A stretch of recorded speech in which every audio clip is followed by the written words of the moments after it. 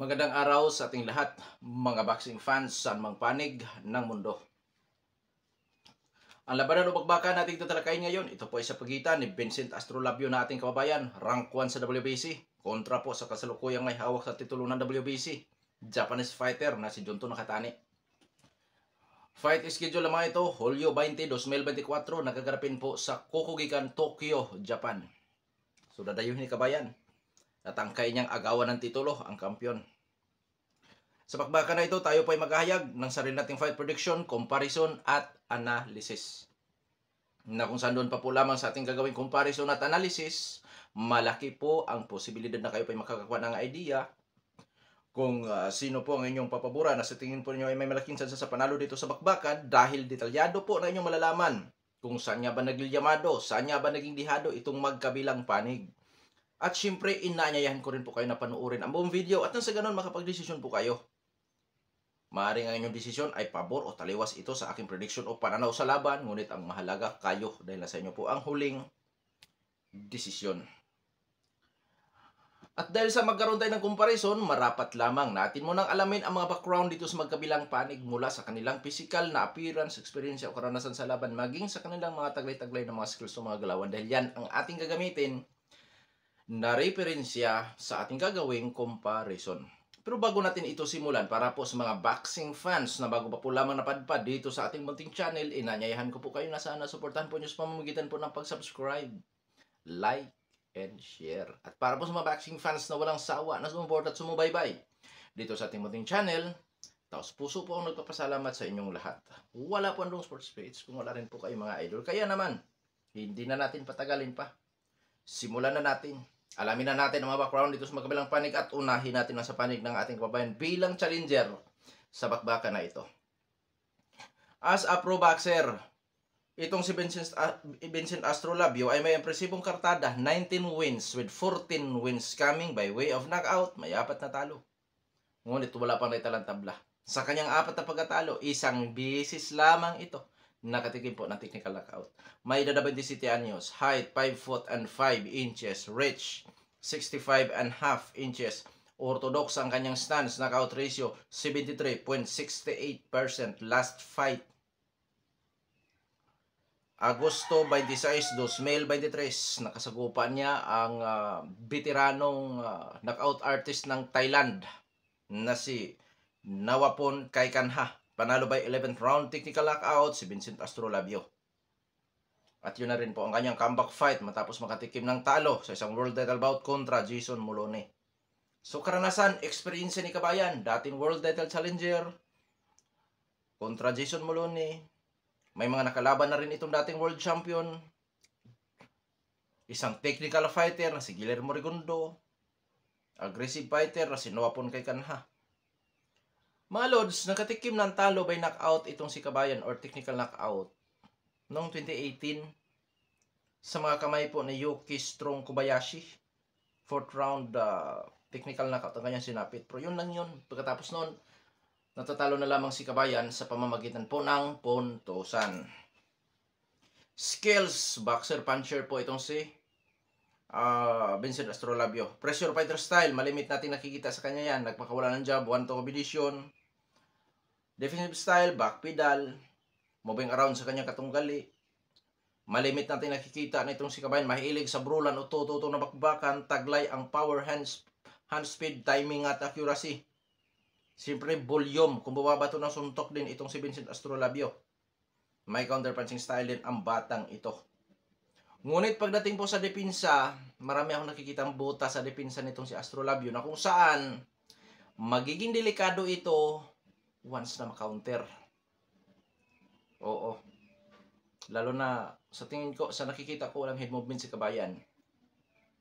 Ganoon pa man, may cover. Siyempre, may cover naman siya. Pero yun nga, maraming buta sa depensa si Vincent Astrolabio. So ngayon, dadako tayo sa panig ng kampiyon na si Junto Nakatani. As a pro boxer, itong si Junto Nakatani naman ay may impresibong kartada, 27 wins with 20 wins coming by way of knockout, undefeated. May edad 26 anyos. Height 5 foot and 7 and half inches. Reach 67 inches. Southpaw ang kanyang stance. Knockout ratio 74.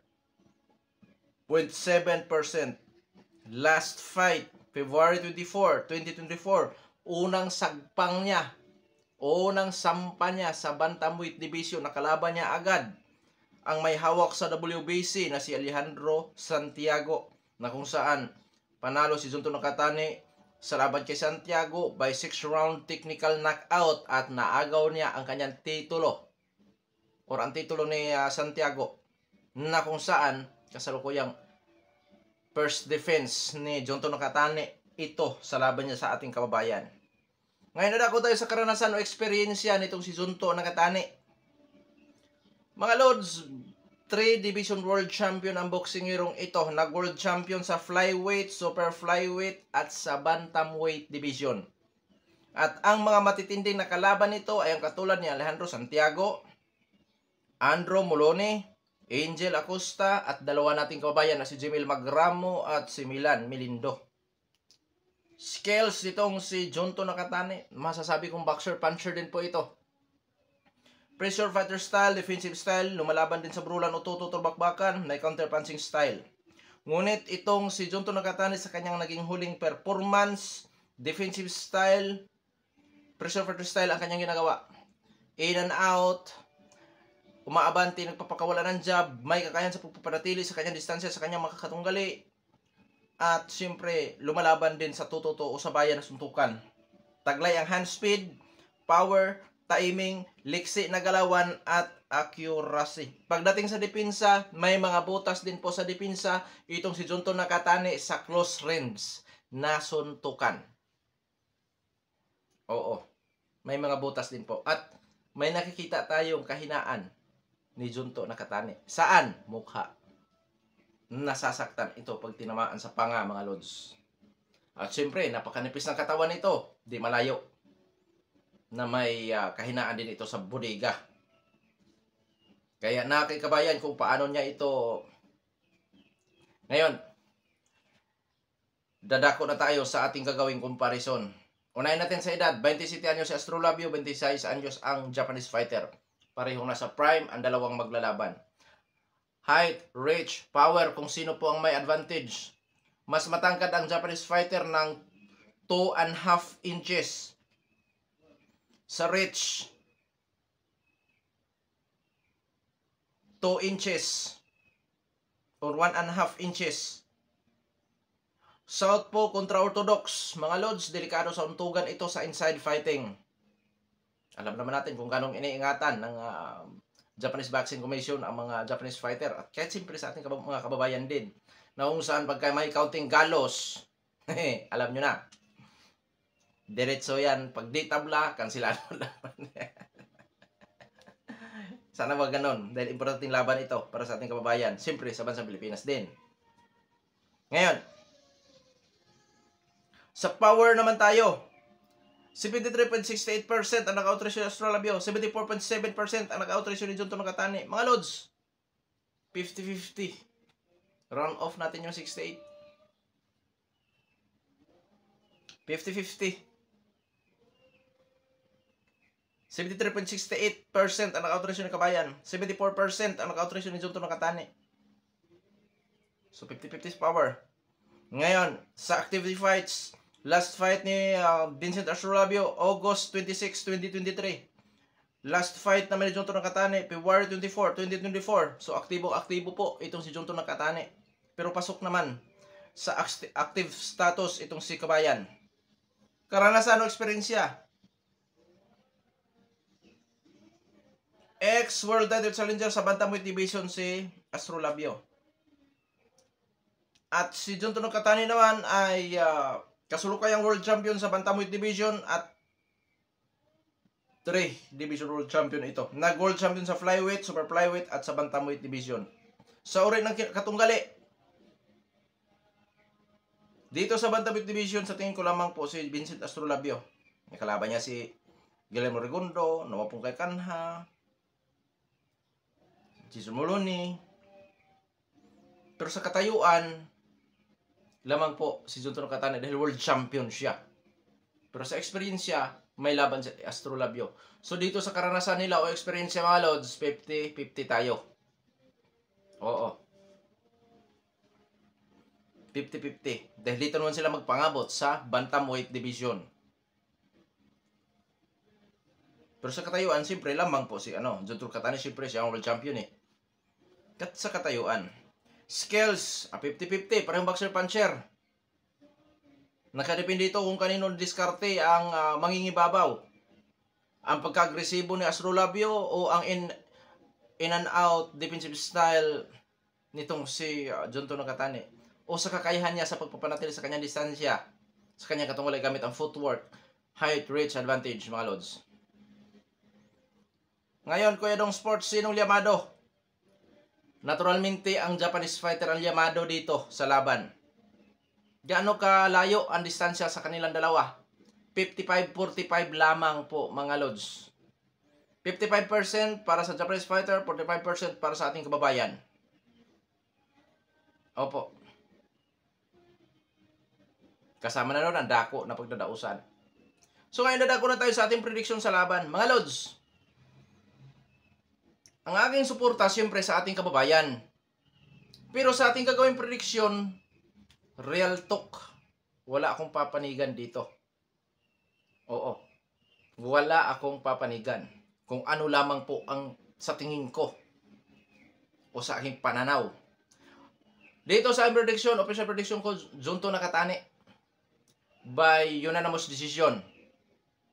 Ngayon, dahil mataas din naman ang knockout ratio ni Junto Nakatani, which is pasok ito sa tatawagin nating knockout artist. So, hindi na yan given ang knockoutan dito sa laban. Oo. Given. Kung sino po unang magkamali. Dahil pareho may mataas na knockout ratio. Pero hindi sa lahat ng pagkakataon na labanan ng knockout artist ay nauwi sa knockoutan ng laban. May mga labanan ng knockout artist na nauwi pa rin sa puntusan. So sa tingin ko, Junto Nakatani by unanimous decision at given ang knockoutan dito sa laban. So sa paligid Junto Nakatani, makuha siguro niyang knockout si Astrolabio sa mga round 9. 1 to 9. Ganyan. Ngayon, tapos na tayo sa ating official prediction, which is pabor ako kay Junto Nakatani. Sa panig naman itong ating kababayan na si Vincent Astrolabio. Mga lods, gamit ang pagka-agresibo, volume, power nitong si Astrolabio, may malaking tsansa din ito na makakakuha sa panalo. Pero makapiho lang sa panalo si kabayan once na magawa niyang mapatulog, maipa-knockout itong Japanese fighter.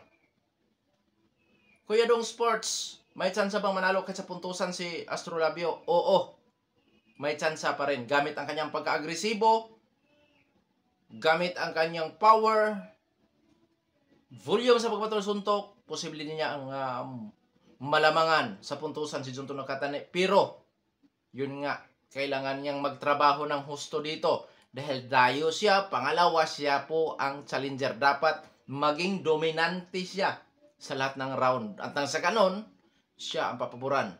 Posibleng paboran ng mga hurado. Ngayon, additional natin dito sa panig ng ating kababayan na si Vincent Astrolabio, mga lods. Dapat hindi niya bigyan ng distansya si Junto Nakatani. Mapa-mid-range, long range lalo na. Dahil matangkad ito. Delikado siya sa sungkit-sungkit at sa mga counter nito. So, sana itong si kabayan nasa 100% ang body conditioning at siyempre huwag niyang pabayaan ang kanyang dipinsa. Sana magmalapit ball cross ang galawan nitong si Vincent Astrolabio. Agresibo pero hindi pinabayaan ang kanyang dipinsa. Na kung saan mga lods, yun nga, hirap si Junto Nakatani sa close range na suntukan. Bakit? Matangkad. So, malimit. Ang gagawin ni kabayan dito, dikitan niya. Pero huwag niyang pabayaan ang kanyang dipinsa. At siyempre ay yung opinsa din. Huwag niyang pabayaan. Opinsa at dipinsa, huwag niyang pabayaan. Dapat alikasi ito sa pagsunod, sa pagkatsaring, at siyempre alikasi din sa pagpapakawala ng mga suntok. Na malapit ball cross nga dapat ang kanyang gagawin dito. At nang sa ganon, di makapurma itong Japanese fighter. Dahil once na makakuha ito ng distansya, mapamid-range at lalo na sa long range, delikado si kabayan dyan. Masasapol siya dyan sa mga counter. Masasapol siya sa mga 1-2 kombinasyon itong si Junto Nakatani, which is, yun ang pinakadelikadong suntok nitong si Junto Nakatani. At sana nasa 100% ang body conditioning nitong si kabayan na kayang makipagsabayan mula 11 rounds hanggang 12 rounds dahil hindi po biro ang magiging agresibo sa laban. Gastos po yan sa enerhiya. Gastos sa stamina. Oo. Ang magiging agresibo ka sa laban, gastos yan sa stamina o sa enerhiya, mga lods. Kaya kailangan ni kabayan ang sana hindi ito nasunog sa pagtitraining. Sana hindi overtrained. Sana nasa tama lang si kabayan. At sana nasa 100% ang kanyang body conditioning. At nang sa ganun, kahit matamaan ito ng mga solido, kaya niya tanggapin. Hanggang dito na lamang. Ito po dong Sports Fits. Maraming salamat po.